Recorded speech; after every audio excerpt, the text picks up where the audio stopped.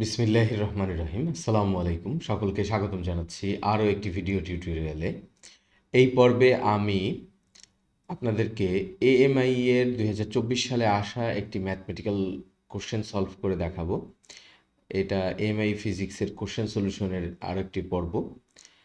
এই পর্বে আমি যে কোশ্চেনটি সলভ করব সেটি ওয়েভ অ্যান্ড অসিলেশনের সিম্পল হারমোনিক মোশন থেকে আসা একটি প্রশ্ন, খুবই সহজ একটি প্রশ্ন, এবং এরকম ম্যাথমেটিক্যাল প্রশ্ন কিন্তু প্রত্যেকটা সেটে একটি করে থাকে। সো এই ম্যাথমেটিক্যাল কোশ্চেনগুলোতে 4 থেকে 5 মার্ক থাকে। এই 4 থেকে 5 মার্ক একেবারে নির্ভুলভাবে সলভ করতে পারলে আমরা পূর্ণ মার্ক পেতে পারি ফিজিক্সে।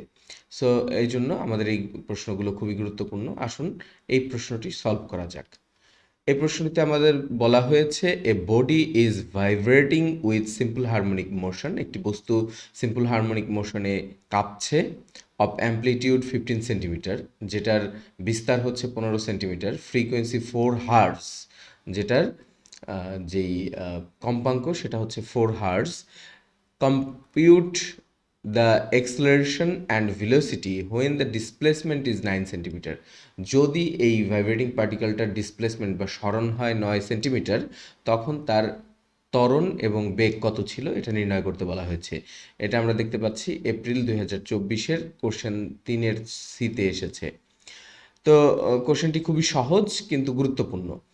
আসুন সমাধান করা যাক। তো আমাদের যেগুলো দেওয়া আছে সেগুলো আমরা অ্যাজ ইউজুয়াল ডান সাইডে লিখে ফেলবো। আমাদের ফ্রিকোয়েন্সি দেওয়া আছে 4 হার্টজ। আমাদের এই যে এখানে বলা ছিল ফ্রিকোয়েন্সি হচ্ছে 4 হার্টজ এবং ডিসপ্লেসমেন্ট 9 সেন্টিমিটার, সেটাকে আমরা মিটারে নিয়ে যাব, কারণ হার্টজ একটি এসআই ইউনিট। আমরা সব কিছুকে এসআই ইউনিটে নেওয়ার চেষ্টা করব। সেন্টিমিটারকে যদি আমি 100 দিয়ে ভাগ করি তাহলে সেটা মিটার হয়, অতএব 0.09 মিটার হবে।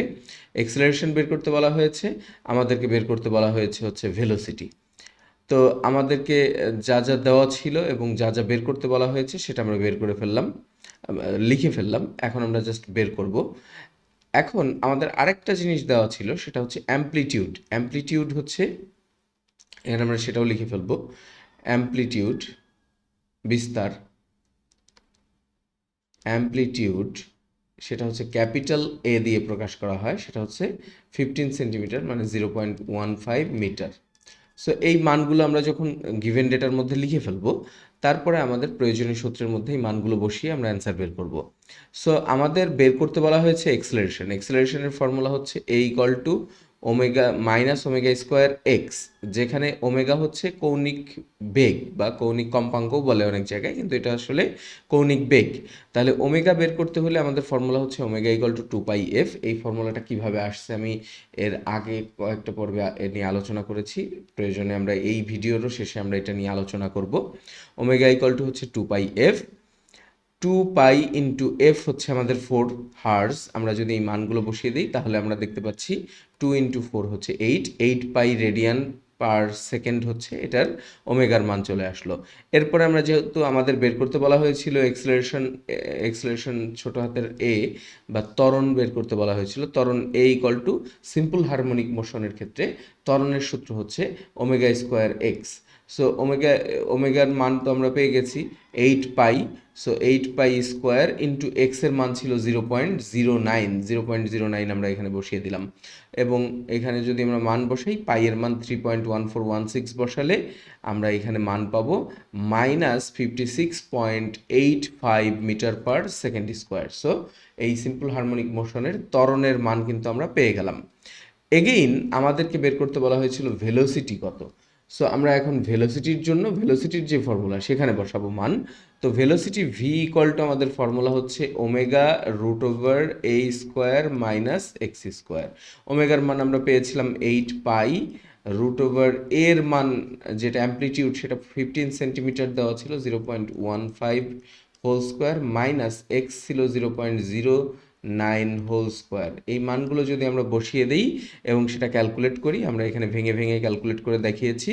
এটার মান যদি আমরা পাইয়ের মান 3.1416 বসাই তাহলে আসবে 3.02 মিটার পার সেকেন্ড। এটাই আমাদের অ্যান্সার। আশা করি সবাই বুঝতে পেরেছেন। আপনারা চাইলে জাস্ট ক্যালকুলেটারে এই মানগুলো বসিয়ে দিয়ে একবারে অ্যান্সার লিখতে পারেন, এতগুলো লাইন না লিখলেও চলবে।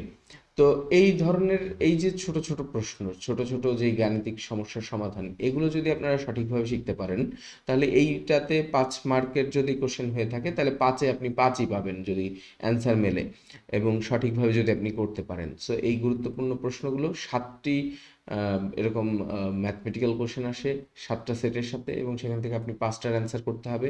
তাহলে এখান থেকে কিন্তু এই 25 মার্ক, যেটা 5 করেও যদি প্রত্যেকটাতে আমরা ধরি, তাহলে 25 বা 20 মার্ক, ম্যাথমেটিক্যাল যে 20 বা 25 মার্ক, এটা আপনি সলিড নাম্বার পেতে পারেন।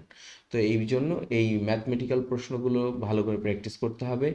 আর এছাড়াও যদি আপনি এএমআই এর ফিজিক্স, ম্যাথ সহ সকল সাবজেক্টের পূর্ণাঙ্গ প্রস্তুতি নিতে চান, সেই পূর্ণাঙ্গ প্রস্তুতির জন্য আমাদের ডিসক্রিপশন বক্সে, এই ভিডিও ডিসক্রিপশন বক্সে ফুল কোর্সের লিঙ্ক দেওয়া আছে, এবং আমাদের বইগুলো কেনার জন্য যে লিঙ্ক, সেটাও আমাদের এই ডিসক্রিপশন বক্সে দেওয়া আছে। আপনারা সেখান থেকে গিয়ে আমাদের বইগুলো অর্ডার করতে পারেন এবং আমাদের কোর্সগুলো এনরোল করে পূর্ণাঙ্গ প্রস্তুতি নিতে পারেন।